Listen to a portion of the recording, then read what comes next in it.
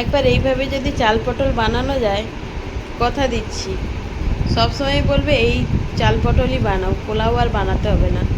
তার জন্য আমি এখানে নিয়েছি কাপ মেপে 2 কাপ গোবিন্দভোগ চাল। চালটা আমি 2 থেকে 3 বার ভালো করে ধুয়ে নেব।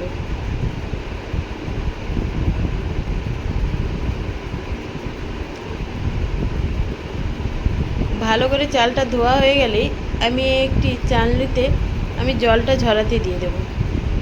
তবে জলটা ঝরে গেলেই চালটা খুব সুন্দর ঝুরঝুরে হয়ে যাবে। এরপরে এখানে কেটে নিয়েছি আলু আর পটল। পটলের আমি মাঝখানে আঁতিটাকে বের করে দিয়েছি আর ডুবো ডুবো করে কেটে নিয়েছি আলু। ভালো করে ধুয়ে নুন হলুদ মাখিয়ে পটল আর আলুটাকে আমি লাল লাল করে ভেজে নেব।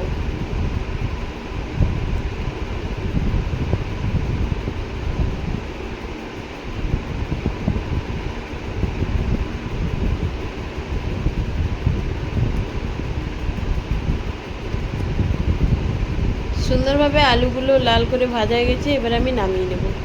যেই তেলটাই থাকবে সেই তেলেই দিয়ে দেব গোটা গরম মশলা, তেজপাতা আর কাঁচা লঙ্কা ফোড়ন। সুন্দর একটা গন্ধ বেরোলেই দিয়ে দেবো গ্রেট করে রাখা আদা। আবারও একটু আমি ভাজা ভাজা করে নেব। এরপরে দিয়ে দেব কেটে রাখা টমেটো। তবে টমেটো দেওয়ার পরে খুব বেশি নাড়াচাড়া না করাই ভালো। এরপরে দিয়ে দেব পরিমাণ মতো লবণ আর হলুদ গুঁড়ো। আবার একটু নাড়াচাড়া করে ভেজে রাখা পটল আলুটা দিয়ে ভালো করে একটু কষিয়ে নেব। কষিয়ে নেওয়ার পরে দিয়ে দেব চালটা যে ধুয়ে রাখছিলাম, কত সুন্দর ঝুরঝুরে হয়ে গেছে। দিয়ে দেব সেই চাল আর দেব স্বাদ মতো চিনি আর 1 চামচ ঘি দিয়ে একটু নাড়াচাড়া করে দিয়ে দেব জল।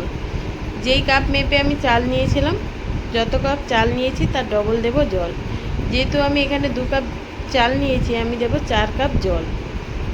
জলটা দিয়ে আমি প্রথমে ফুটতে দেব।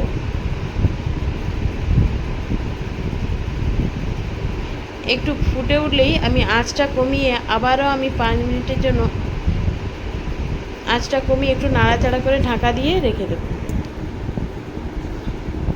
5 মিনিট পরে আমি একবারে গ্যাসটা অফ করে আবারও আমি 2 মিনিটের জন্য চাপা দিয়ে রেখে দেব।